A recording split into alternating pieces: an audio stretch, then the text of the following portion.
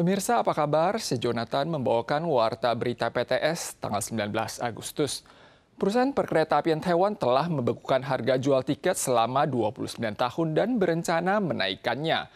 TRC kabarnya tengah melakukan kalkulasi tingkat pendapatan yang wajar, yang terbagi menjadi 3 versi. Jika dihitung dengan skala terendah 3%, tarif dasar per kilometer per orang akan naik dari 1,46 dolar menjadi 2,05 dolar atau naik sekitar 40%.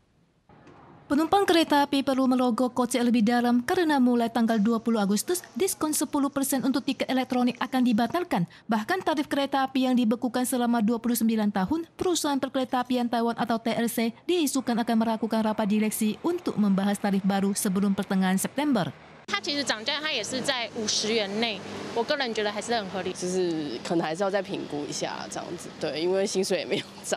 TRC baru-baru ini mengaktifkan uji coba perhitungan tarif yang wajar dengan 3 skenario, yaitu 3%, 4%, dan 5%. Jika dihitung berdasarkan 3% yang paling memungkinkan, tarif dasar per orang per kilometer akan meningkat dari 1,46 dolar Taiwan menjadi 2,05 dolar Taiwan dengan kenaikan rata-rata 40,4%.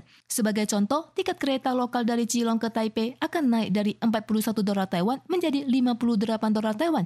对于上班族来讲，未来还有 T-Pass， 还有台铁的月票的优惠，所以票价调整对于真正的上班族是没有影响的。去适当的反映它的价格，然后因此能把这一些额外收入用来改善它的人力跟营运状况，这样应该也算是一个健康的一个方向。TRC menyatakan mereka akan mengajukan rencana tersebut kepada Dewan Direksi pada September dan setelah disetujui akan dilanjutkan ke Komite Tarif Kementerian Transportasi dan Komunikasi untuk dibahas. Setelah itu masih perlu pengesahan oleh Yuan Eksekutif. Saat ini kenaikan harga tiket masih belum ditentukan. Insiden keselamatan kerja terjadi pada pagi hari ini di sebuah proyek konstruksi jalan, tepatnya di ruas jalan bebas hambatan nomor 4 yang menghubungkan distrik Tongshi dan Fengyuan. Saat proses pembangunan jembatan berlangsung, sejumlah batang baja tiba-tiba miring dan jatuh menimpa seorang PMA Vietnam hingga tewas akibat tidak sempat menghindar. Layar monitor memperlihatkan adegan saat batang baja kolom bengkok dan miring. Petugas damkar sedang memastikan cara pemotongan batang baja untuk melakukan penyelamatan.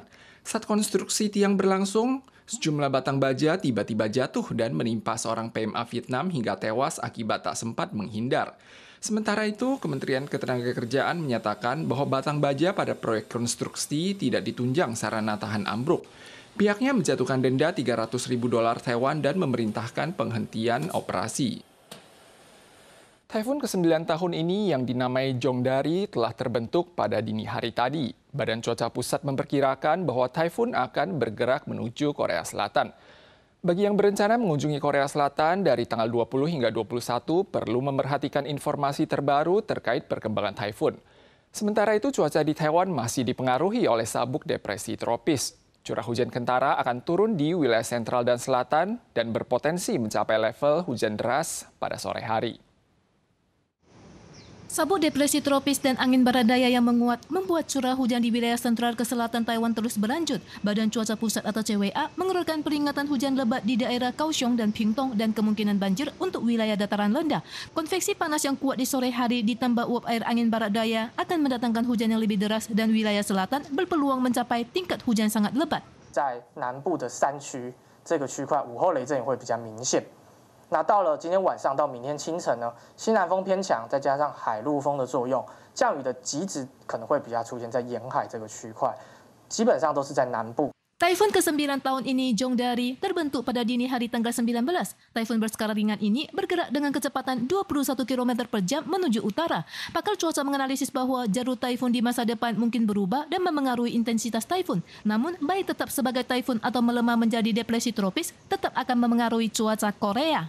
所以咱若是讲超20、21有朋友要去这韩国可能爱注意 Taifun Jongdari diperkirakan tidak akan memengaruhi cuaca Taiwan secara langsung. Namun, mulai tanggal 20, seiring melemahnya angin barat daya, hujan di wilayah sentral ke selatan masih bersifat lokal dengan intensitas yang lebih kecil. Wilayah lain akan kembali ke pola cuaca panas di pagi hari dan hujan petir singkat di sore hari. Rapat peninjauan upah minimum Taiwan akan diadakan pada tanggal 4 September tahun ini, yang juga merupakan pertemuan pertama sejak pemberlakuan UU Upah Minimum. Dengan peluang kenaikan gaji selama 9 tahun berturut-turut, lebih dari 2 juta pihak termasuk PMA akan memperoleh manfaatnya. Menanggapi diadakannya rapat peninjauan upah minimum, perwakilan Serikat Pekerja menyampaikan, jika dihitung berdasarkan IHK dan tingkat pertumbuhan ekonomi, upah minimum harus dinaikkan sebesar 4,12%. Namun, Kamar Dagang dan Industri menilai peningkatan berkelanjutan hanya menguntungkan PMA dan bukan pekerja Taiwan. Menurut statistik, ada lebih dari 1,06 juta pekerja Taiwan yang menerima gaji pokok $27.470. Sekitar 570.000 orang menerima upah per jam. Sedangkan PMA ada sekitar 500.000 orang. Jika gaji dinaikkan, diperkirakan lebih dari 2 juta orang akan mendapatkan manfaatnya. Kemarin adalah Festival Bulan Hantu. Tradisi panjat pinang di kota Hengchun, Pingtung yang telah diwariskan selama hampir 150 tahun berlangsung di tengah turunnya hujan. Tahun ini ada total 13 tim yang berpartisipasi. Juara pertama terakhir direbut oleh tim dari klub olahraga Manzhou setempat. Acara perebutan bendera di Hengchun, Pingtung yang mirip dengan acara panjat pinang di Indonesia ini telah berlangsung selama hampir 150 tahun. Acara ini sempat dibatalkan tahun lalu karena taifun dan pada tahun ini terdapat 13 tim yang berjuang untuk merebut bendera. 去年因为台风，虽然没办法如期晚上李家来抢孤啦，那今年呢，我们一定要盛大的举办。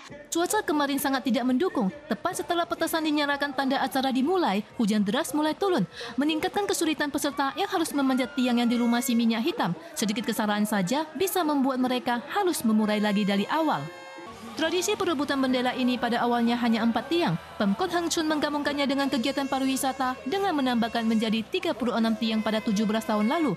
4 tiang di tengah disediakan untuk para saudara atau arwah, sementara sisanya untuk tim peserta guna memperebut total hadiah hampir $1 juta Taiwan.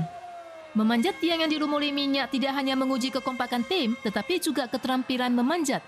Tahun ini, tim dari Taipei dan Iran juga ikut berpartisipasi. Ribuan pendukung bersorak di tengah hujan dan juara pertama akhirnya dipetik oleh klub olahraga Manzhou dengan menang tipis dari juara kedua kuil Wangkong RC Ilan, sehingga bendera keberuntungan tetap berada di Pingtung. Pemirsa sekalian, sekian warta berita dari PTS. Kita selalu lagi di lain kesempatan. Sampai jumpa.